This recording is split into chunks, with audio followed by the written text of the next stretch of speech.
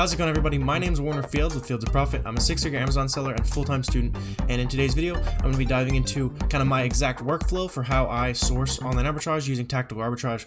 I think it's a super powerful tool. It runs you about $90 a month, and I don't recommend you getting TA until you're doing at least $3,000 a month, probably $5,000 a month in sales, just to make it worth the subscription cost. But if you want to go ahead and check it out at any point during the video, there's going to be a link down below. You can use my code FIELDS for a 10-day free trial. And also, I hope you're, I bought a new camera. I hope you're enjoying the new camera quality here. I'll keep making the video quality better for you guys as we continue on here. If you guys could subscribe, that'll help my business out. I'm gonna be helping your business out in this video, but let's jump into it. So I'm going to try to take you from start to finish on my workflow for how I find great products to sell using TA. The first thing you're going to want to do is to check the websites you like to source from for good coupon deals. In this case, I've went ahead and pulled up Vitacost, and then just we're generally looking for any good coupons on the front page. There's just kind of some specific brands I've never really seen. So I'm generally looking for like a site-wide coupon, or maybe a product, a certain buy one get one on 50% off, like on all vitamins type sale. So I didn't see anything on Vitacost. Looks like on Walgreens we've got 20% back site wide, plus 8% cash back, or up to 8%. So I would want to at this point go check out and see what the cashback is actually like on Walgreens. So it'll be over here on the side. So we're looking at pickup in store, contact lenses, and actually 8% on everything else, and then 1% on photo. So sometimes it'll say up to whatever percent, but really it'll only be on maybe a certain subscription or anything like that. But in this case, it looks like we're getting 8% back from Walgreens and a 20% off sale. So that's a pretty good deal. Basically, the whole website is going to be 28% off, plus any other smaller coupons you might be able to find. So we're definitely going to go ahead and run a Walgreens search here. So I'm typing in the website. In this case, I'm just going to go ahead and try to add everything. Let me see here. Let me deselect, and then it's still bugging out because I had another search running here. So let me try again. We'll go to walgreens.com. We'll select all, and it looks like we can select the whole website, all of walgreens.com. It's 274 categories. We're going to throw these into tactical arbitrage, and then down here is where the magic really happens. Most people would just throw this in here, start the search, go to another website, start the search without putting any extra effort in. So we want to kind of overcome any barriers to entry that we're able to. In this case, we're able to overcome a pricing barrier to entry by knowing our cashback and knowing our coupon before we scan, rather than trying to find coupons and cashback after we've already scanned. So we're going to type in 20% discount and then 8% cashback. You can also type in your sales tax, but if you're going to use a prep center or something like that, you could get it sales tax free. So you'd want to maybe add a little bit here. I'm going to do 5% or so. My sales tax is 10%, but if the products are expensive enough, I would just send it to my prep center. So that should about equalize out there. So then you'd go ahead and run a search, and then you can kind of monitor whether or not the search is working up here. It looks like it's sent to my queue, but it'll start saying when it's ready to scan. So now that we've got some data in here, I just started that Walgreens scan, so we probably won't be able to look through much of that data right now, but I have plenty of other data that we can look through. It's all about making sure that you're continually able to have data to look through.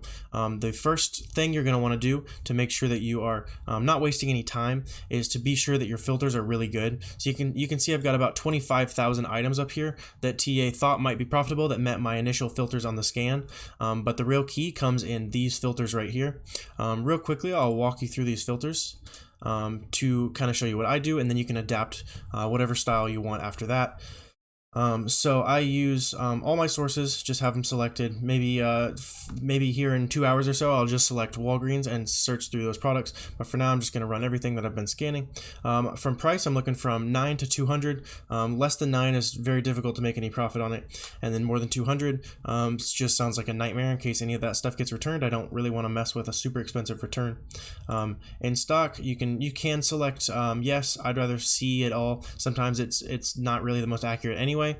So no could be yes and vice versa. So I'd just rather see it all.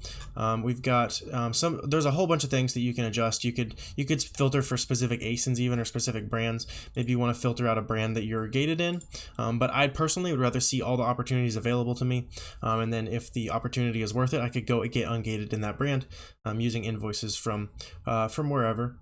And then down here is where I do most of the actual filtering. I'm looking for a $3 gross profit.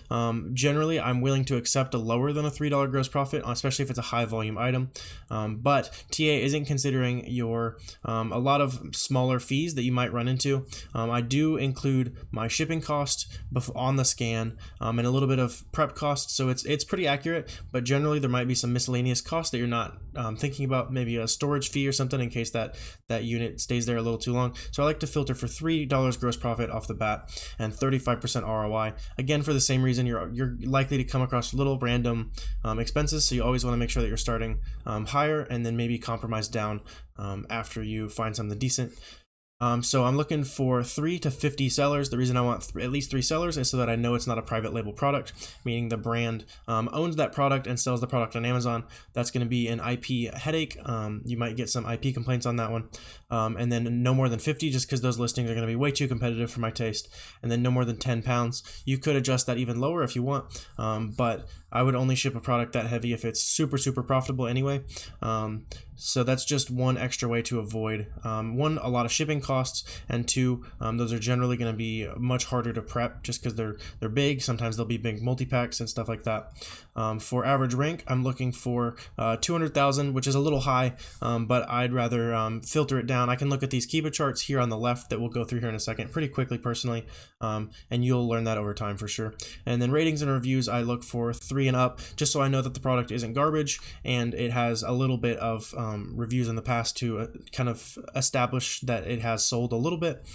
For buy box, I generally unselect Amazon just because I don't want to compete with Amazon. You could select them and look for listings where Amazon goes in and out of stock, and those can actually be good opportunities, but I personally don't look for those with tactical arbitrage. Monthly sales, I just do 1 just to, again, make sure TA knows that this product is actually selling. And then from here, I select everything but yes here on Amazon sells and in stock. And then those are the filters that I'm going to apply here. And then we can just kind of go through my workflow as far as how I would vet these products. Let's see if we can find maybe 1 or 2 products for you guys on a quick scan here. These are going to be mostly Walmart and Target scans that I've done. I think I ran these searches yesterday. It's not a bad idea to run a Walmart and Target scan at retail price just because they have so many products. There's likely to be a little bit of opportunity there, but you want to make sure your filters are really good. Otherwise, you're going to have way too much data to go through. So that's why I kind of went through the time to go through those filters with you guys. So the first thing you're going to want to look at is the pictures and the description. Make sure it's the same thing. Right off the bat, I'm seeing that these are different products, so we're going to go ahead and pass. This one, the Keepa graph, you can see the sales here. By the way, if you don't already know, to show the Keepa graph, you can go to Manage Columns and then History Chart and turn it on. I get that question a lot. So this Keepa graph is selling way too slow. This one's also a little slow, and I don't want to ship a 92 fluid ounce product. That just sounds like a nightmare. We've got a little bit of lip gloss here, or it's concealer maybe. So yeah, don't know what I'm talking about. So this looks like it could have been decently profitable because it was selling a little bit slowly, but at $45, but it's out of stock. So obviously we'll keep moving on here. Let's see, we've got oil of oregano. These look the same. This is probably likely to be a multi-pack that it didn't pick up. Yeah, so this is actually a 3-pack. Generally, TA does a good job of picking up a multi-pack, and if it does, it'll be purple like this, where it knows it's a multi-pack. So we're going to keep going on down the list here. We've got some Starbucks coffee. These look like they're 50, and these look like 8. So quantities aren't the same there. Printer ink kind of scares me, and also the pictures are different. We've got this bed sheet from Target. I don't know if these are the same brand. Let's see here. Looks like it's a baby product. We can deliver it. $58. I don't love this product. There's just something weird about it to me personally. I don't know why it would be so much cheaper over here. Oh, it's because this is just the fitted sheet. Yeah, okay. There we go. So that's another thing. When you're sourcing these leads, you want to make sure you're being very detail oriented. There's going to be a lot of kind of traps waiting for you, and that's just part of the game. You'll have to learn how to get through this as fast as possible. Let's see if this guy's in stock. No, he's out of stock. Generally on these listings like this, where the price is massively increasing, that tells me that this item is probably in some sort of shortage. So the first thing I check is to make sure that it's in stock at the source site, and this one was not. These pictures are different. This sells a little too slow. We've got some foundation here. It looks like that same brand. We could go ahead and check these out real quick. So we're looking at, so there's only 5 left, so this would not be a replenishable, but if it's super profitable, I don't mind selling stuff like that. So we've got, these are not the same thing. We've got pure canvas, and this is foundation primer. So we're gonna keep going here. Again, sells a little slow. Pictures don't match. Keepa and pictures, well, these are actually the same product, but the Keepa is definitely too slow for my taste. We've got peppermint stick and peppermint stick. These could be the same product. $26 on Amazon. The one thing I'd be worried about here is it melting because it has chocolate in it. So then we want to check the gating. This says it's already saying it's a heat sensitive item here. So it's probably likely to be a meltable ASIN, which if you don't know how to actually check that, I can go ahead and pull that up over here. So I went ahead and pulled up my Excel here. To find this list, all you have to do is type Amazon seller meltable ASIN list. So from here, we're going to just grab this ASIN from the link up here, and then we can go ahead and type it in here. We can search for it. We're going to try to find it, and it looks like it's not on the meltable ASIN list. So we would actually be fine to sell this, but I would just be worried about how the customer would actually receive it. And plus, in this case, it's probably not actually profitable. We're looking at a $27 sale price. Looks like it hasn't sold FBA yet. This looks like a Christmas type product just because it's peppermint. We're going to use the Amazon FBA calculator. It's a free Chrome extension. And so this is $15 already. So that only leaves us with like $2. I'm sure we could get some coupons and stuff, but it is a pound, over almost 2 pounds. So I'm not super confident in this product. We're going to keep moving here. But there's a little bit of information for you guys as far as the meltables and that kind of stuff. So headed on down the list here, again, the Keepa is moving a little too slow here. This looks like a 3-pack. This looks like a product mismatch, another product mismatch. This Keepa is a little too slow. So you can see it's a game of getting through these as fast as possible. I like to think of tactical arbitrage. I heard someone say this about books where you're trying to get through the bad ones as fast as possible.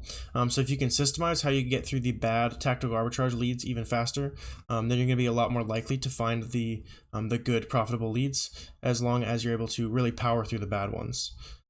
So this looks slightly different. It might not be in stock as well. Yeah, this is out of stock. I'm going to keep on heading down the list. We've got this one, this listing. I know this listing, it's a 2-pack. You'll also come to learn a lot of these listings over time. The ones that are bad, like this Harry's hair putty, comes up on literally every search on almost every website because TA doesn't know it's a multi-pack. So there's a lot of things that you'll be able to learn over time in that way. So I'm just kind of eyeballing things. This is that same listing again. This is a weird Keepa graph where it only sells when it's a really low price. This could be something interesting here. Looks like it's going for about $30 pretty often. It's out of stock at Walgreens, but something I like to do in this case when I find a product that seems pretty high priced and has potential to be an OA product. So then I would go ahead and copy the title and paste it into Google and see if we can find it somewhere else. We got it on Bed Bath & Beyond, maybe on Walmart. That looks like it could be the same thing. Let's check over here. Let's see, 1.8 fluid ounces of night cream. Is this the same thing? I don't think so. This is hydrating gel. This looks like the same thing. So this product might be pretty difficult to come by right now. So this is what we were looking at those other websites. But this product is selling for like $20 to $23. So there's not going to be profit left there after we pay $14 for it. So you can see the workflow here. You want to just be getting through those leads as fast as possible. And if you stick around here, I'll take just a minute and find a profitable lead for you guys to give away at the end of this video. So on the next page here, 17 in, I was just scrolling through, eyeballing some of them, and I found this Burt's Bees product from Walgreens. It's $14, but it's 20% off, and then you're also getting another 8% cash back. So our true cost on this is really closer to $10, maybe $10.25. So if we do 21 over here, it's selling pretty consistently at that $21 price point, $12.70 or $20.75 to 21. Right now it's actually selling for $24. So if you're able to capture those sales right now, you'd be making a pretty healthy profit of $7. But pretty consistently, this product would be making you, let's see here. I think it was $4.19 a unit, so that's about a 40% return on investment, minus some of the shipping fees you'd have to pay. You'd probably pay about 15 cents to ship this product. So realistically, you'd probably be making $3.50 to $4 a bottle on this product. So not an insane ROI, but it'd be pretty consistently selling for you, because it is selling at this 60-ish thousand average rank. To actually count the number of sales, you can use the data here. You can do this for free, or you can use the Jungle Scout Chrome extension, which costs money, and it'll do it on the page itself. But you can grab the average sales rank. So over the last 90 days, it's a 55,000 sales rank. So we're going to go over to junglescout.com/estimator and type in that information. So we're looking at 55,000. We're looking at the United States. Didn't work there if I did that. Okay, my Google autofill is in the way, but you guys can't see it. There we go. And then it was in beauty. And the estimator is telling us that we can sell 150 a month basically of this product across all the sellers, remember. So we're going to want to count the number of competitive sellers now. So we're looking at actually one Amazon FBA seller. So we're looking at one competitive seller here. So we'd be able to sell conservatively probably 50 units of this product every month, just in case some more sellers come back. This is on a kind of a lower seller count here. Looks like this product has probably been in a shortage lately. So probably you can sell this product about 50 times a month. Maybe if more sellers hop on, it'd be closer to 30. Right now, you could actually sell it 75 times a month. So you can kind of see how you'd run the calculations there, and then you'd go ahead and buy that product. With Walgreens, quick tip is after 3 uses of a coupon, it no longer lets you use the coupon anymore. But if you use an incognito window, you're allowed to use the coupon as much as you want. And I've placed a ton of orders from Walgreens, and they generally don't cancel unless you buy like a ton at once. So I hope you enjoyed this longer-ish tutorial on tactical arbitrage. Again, if you want to check out a free trial, there's going to be a link down below. You can use my code FIELDS for a longer free trial and then cancel it if you don't like it, or if you just want to buy a little bit for a couple days and then cancel it. More power to you. If you could like, comment, subscribe, all that good stuff's going to help me out with the algorithm. And for the real ones sticking around to the end of the video, we actually have a free Amazon seller Discord down below as well.